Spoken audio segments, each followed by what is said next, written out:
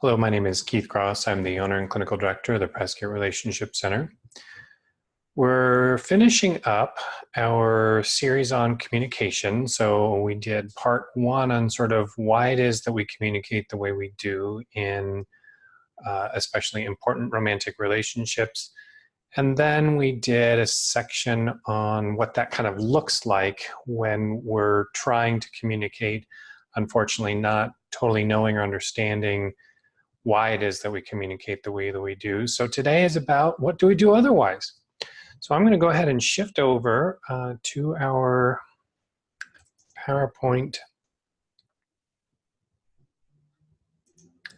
so we can go through that.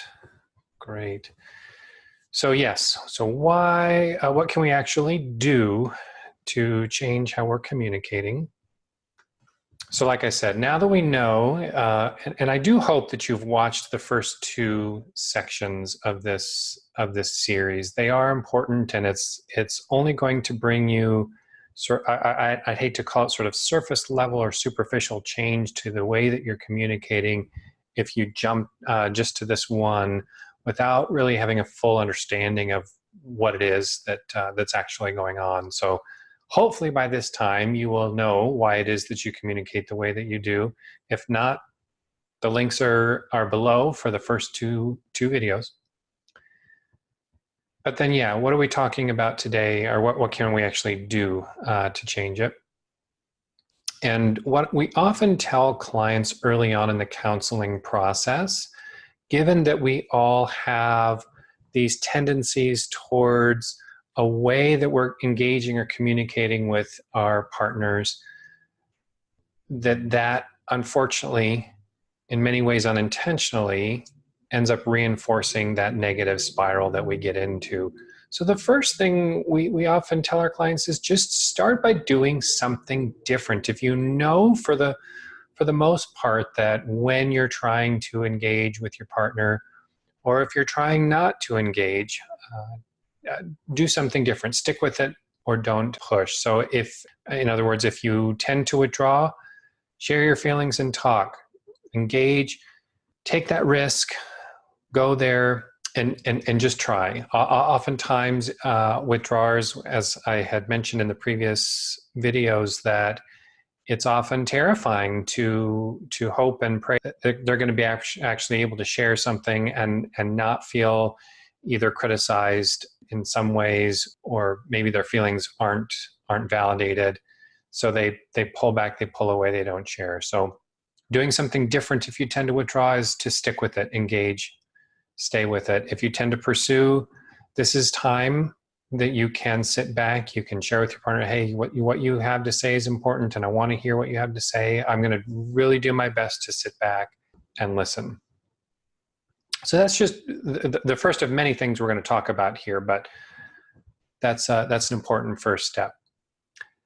It is important to remember that it doesn't do any good to talk. It doesn't do any good to share if you're worried about getting criticized, ignored, or rejected. It is okay to share, hey, you know, I really want to talk, or I really want to run away, or I'm really having a hard time not interrupting, whatever it might be. It's okay to share that concern and to say, hey, what you have to say or what we're trying to resolve here is important to me, and I'm going to do my best to try and push back against what I typically tend to do in our arguments. So share that part. Share with your partner that, hey, what I tend to do is not working for us, and I want to do something different for us. So I'm gonna try my best. I might not be perfect. What we often say is progress, not perfection. This is about, it's not about you trying something different and expecting it to be perfect, expecting that you're not going to interrupt, expecting that you're not going to sort of zone out or literally walk away. But every conversation you have, every minute of every conversation that you're not repeating that old pattern is progress. And every time you can progress a little bit further towards doing something different and not engaging in that downward spiral, you're getting closer and closer to where you really want to be, and to getting the closeness, the connection, the communication that you've been longing for. So progress, not perfection. Remind yourself of that. Change is not always easy, and giving up our defense is a big risk and leaves us vulnerable to hurt. Not only do we need to risk doing things differently ourselves, we need to have patience and support for our loved ones who are making an equally difficult effort. So what I'm saying here is that oftentimes our defenses are either withdrawing, either mentally, emotionally, physically, or pushing, like we talked about. If you tend to pursue, those can be defined as defenses, and we need to think about how we need to be mindful of how difficult it is and how big of a risk it really is when you pull that aside and say, hey, I'm not going to do this. And think about this. Let's just say for the withdrawing partner, if they're used to saying, fine, I'm done, whatever, and ending the conversation, for them to stick with that conversation in hopes that the conversation doesn't go downhill, in hopes that the conversation can be helpful and productive, then they have to sit there and potentially take some criticism, potentially take some pushing from their partner who might not be either as ready or willing yet to challenge themselves to do things differently. So it is a risk for that withdrawer to then stay in that conversation and hope and pray that it doesn't go south. Likewise, for the pursuer, let's just say this person sits back and says, okay, I'm going to do my best, progress, not perfection, right? I'm going to do my best to not push, to not criticize, and I really want to validate your feelings. They sit back, they say, okay, I'm going to listen, and then the next thing they know, that withdrawing partner is still turned off, is still turned away, is still not engaging. Then they're sitting there sort of, okay, well, what do I do now? So it is a risk. And I would encourage you, in many ways, I encourage my couples, don't wait. Oftentimes another defense is, I'm going to wait for my partner to do something different. I'm not really the one who has the problem, or withdrawing is better than pursuing, or I'm pursuing because we need to talk, and that's more healthy than withdrawing. And unless my partner does something, then I'm not doing anything. I would encourage you to think about what you want to do and doing something different, not keeping a scorecard or anything, but doing something different for the relationship. Do it for the relationship, not for your partner, for the relationship. And hopefully you can sit in that place and expect and hope and intend for this conversation. It might not be the first or second or even fifth conversation, but you need to stick with it and do something differently. Take that risk and share that concern, share that fear, share that frustration even, that, hey, I'm really trying to do something different here, and I know that this is the way we've done things for a long time. I really want to break that habit of ours. So just know that it's a risk. Know that it's about progress, not perfection, and give yourself some compassion when you don't do things perfectly, and have some compassion for the other person, because oftentimes it's difficult for pursuers to understand what that's like to be a withdrawer and vice versa. So when you decide to talk, do whatever you can in your power to accept and validate. There's a reason that is in there 3 times, the other person, and appreciate his or her efforts. If you, let's just say, tend to withdraw, and you notice that your partner is sitting back, you notice that your pursuing partner is not pushing, you notice your pursuing partner is not criticizing, great time. You get more bees with honey than you do with vinegar. This is the time to validate, certainly to acknowledge their effort to do something differently. It doesn't hurt to just throw in there, hey, I know that this is difficult for you. I know that this is not how you typically communicate, and I want you to know that what I'm experiencing right now is far more helpful, and I feel more comforted or more supported, or I feel more encouraged to speak up and share. Again, if you're the withdrawer, and certainly, if you're the pursuer and you're noticing your partner is engaging and they're not running away, good time to validate, hey, I know this is hard for you. I know that you usually like to just leave the conversation wherever it is and stop the conversation in whatever way you can, because it's difficult, and sometimes the way that I'm engaging makes it hard to engage. And I want you to know that I can tell that you're trying. I can tell that you're engaging. I can tell that you're really wanting to do things differently, and I appreciate that. Nothing is more powerful than to hear from your partner, wow, that must be frustrating. Or if I were in your shoes, I'd be so angry, or simply, how sad.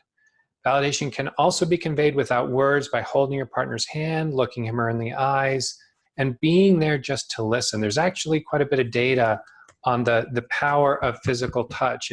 If you are engaging in a difficult conversation and you know that it's maybe going to be a little more sensitive than normal, one of you can reach out. One of you can put your hands on the other person's shoulder, actually hold hands. Maybe if you're sitting next to each other, having your hand on that person's knee in some way. But all too often, we get into problem-solving mode. We assume that our partner is saying, I'm concerned, or I'm worried, or I've got this issue, and I need you to solve the problem for me. In particular, many men fall into this trap where they feel the need to give suggestions, and in many cases, the partners are really wanting and needing just the time. Knowing that you care, knowing that you're there just to listen, knowing that they're feeling heard by you is oftentimes healing enough. If you're unsure, especially if you're unsure, it is okay to ask. There's nothing wrong with saying, what do you need right now?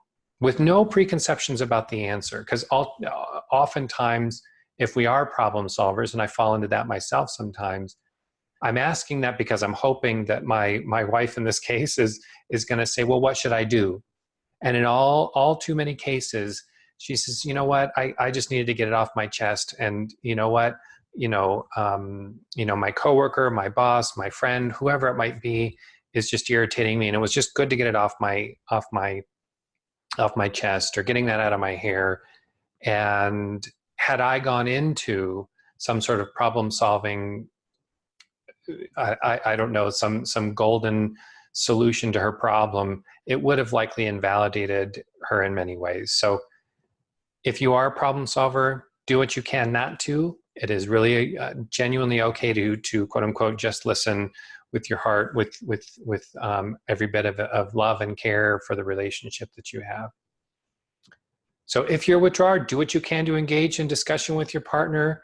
If or when you feel like running away, whether it be physically or emotionally, really do what you can to muster whatever strength you can to stay with your partner.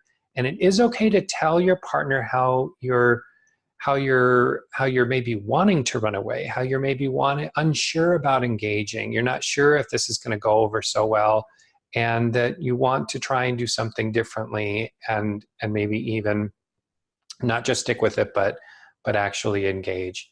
Say, I really like to run away right now. I'm scared, or I'm not sure how this is going to go here.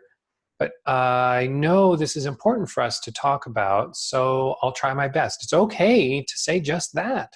It helps set the mood for your partner and let that person know that this is really a challenge for you, and that you really care about the relationship enough that you're going to give it a go. Remember, the pursuer needs to know that you have a pulse. They feel like they're pulling teeth to get you to talk. And the less you talk, the more they pursue. So talk to them, and you'll likely see that they will feel less need to pursue. This is the hardest thing for withdrawers to understand, is if I engage more, somehow, some way, it's going to escalate, make things worse, whatever it might be. Now, granted, depending on what you're saying, it might. But in many cases, pursuers are often pursuing because they don't know how else to get you to engage. They oftentimes feel less important or unimportant to you because you maybe are withdrawing. And don't get me wrong, if you're a withdrawer, in many cases, you're withdrawing because you care about the relationship. You're withdrawing because conflict equals negative, bad interaction in or less satisfaction in the relationship. Understood. And at the same time, that can feel very different on the pursuer's side. So just be mindful of that as you move forward. If you're a pursuer, do what you can. Talk about mustering this from the tips of your toes. Don't criticize or belittle your partner or his or her feelings.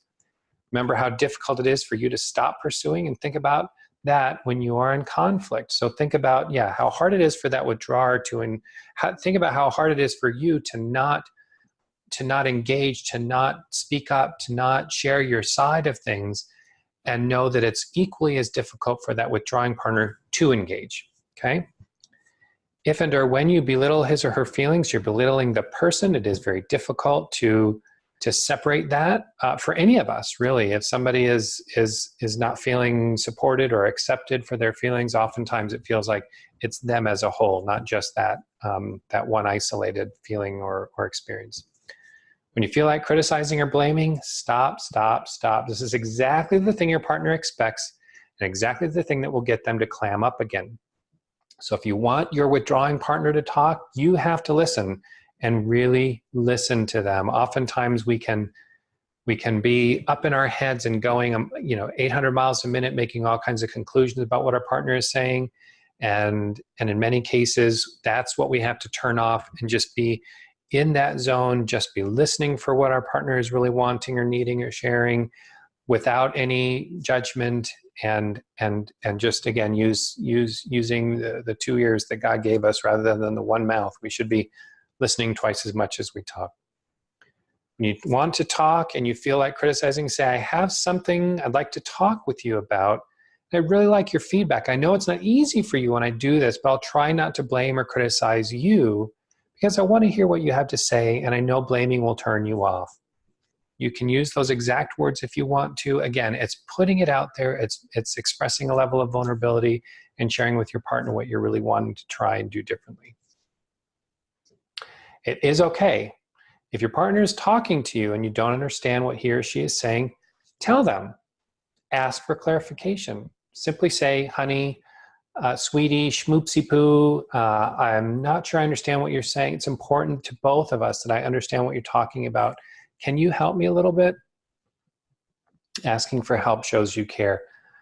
Oftentimes we get worked up and we respond and get reactive about topics that come up, what our partner is saying, because what we talk about is the message sent isn't always the message received.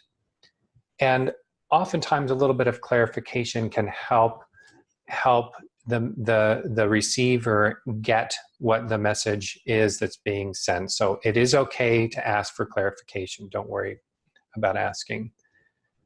Try to put yourself in your partner's shoes.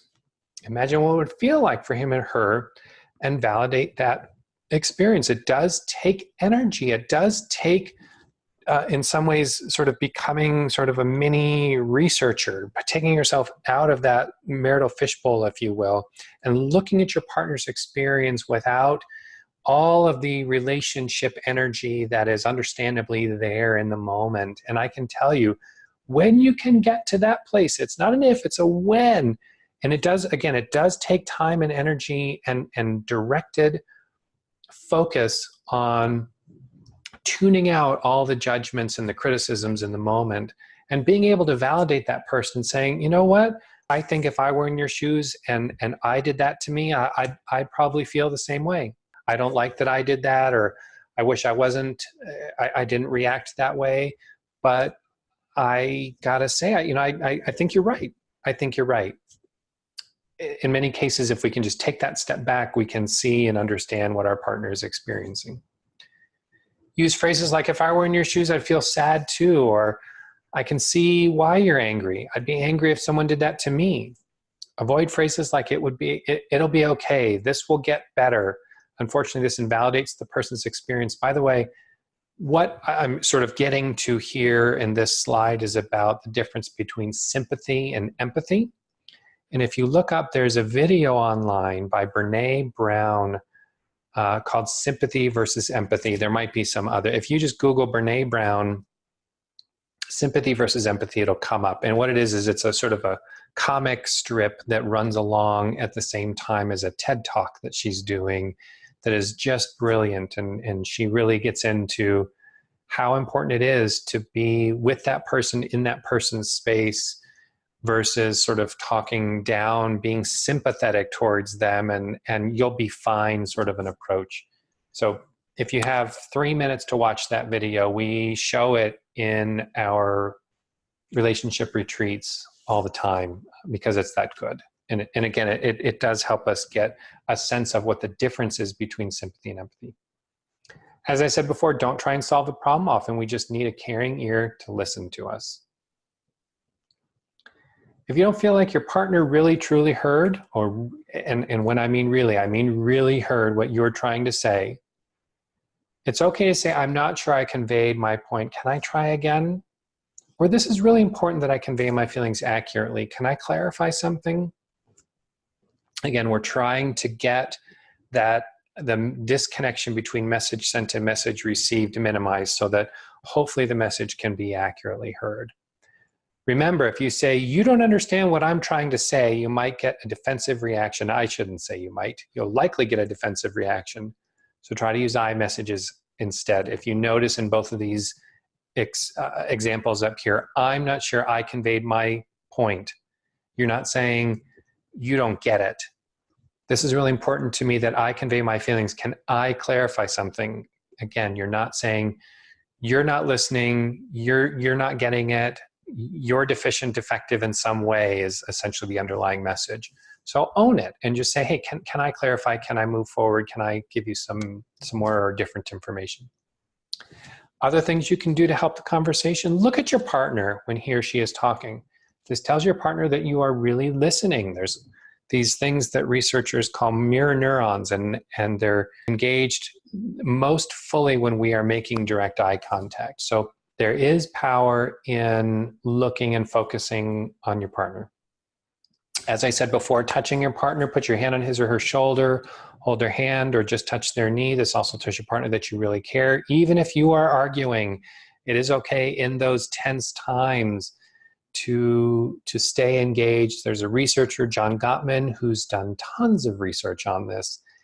And he and his team have found, I think it's within the first 8 to 10 seconds of a conversation, they can tell if it's likely to result in a positive outcome or negative outcome. And they're accurate. It's well over 80% of the time in the first few seconds of a conversation, because oftentimes when the conversation begins and the people are turned away, when they're not making eye contact, when they're not having any physical contact, that just sets up a conversation that likely results in adversarial conversation or attacking or defensiveness. So look at each other, touch each other some way, shape or form to show you care. Whatever you do, acknowledge when your partner tries to risk to do something different. I've mentioned this a couple of times. Hopefully that helps to show you how important it is. Tell your partner, I can see that this is really difficult for you to do, and I appreciate that you trust me enough to take that risk. Again, you're taking that pursuer who is choosing not to be critical or judgmental, that withdrawer who's choosing not to run away. That is a big risk, and we need to acknowledge it. Again, you're going to get more bees with honey than you do with vinegar. So the compliments are going to get you further than the criticisms. Remember that you don't always have to disagree. You don't always have to agree. In fact, you can agree to disagree too. That same researcher, John Gottman, found that even couples who have been in happy marriages for years, decades on top of that, still have problems that may never get fixed. That is okay. What he says in that same research, however, is what's critical between those couples who stayed married long-term and happy versus those who didn't. Both of them had these perpetual problems that never really truly fully got fixed in the relationship. But what separated those couples who stayed together was they continued to discuss them.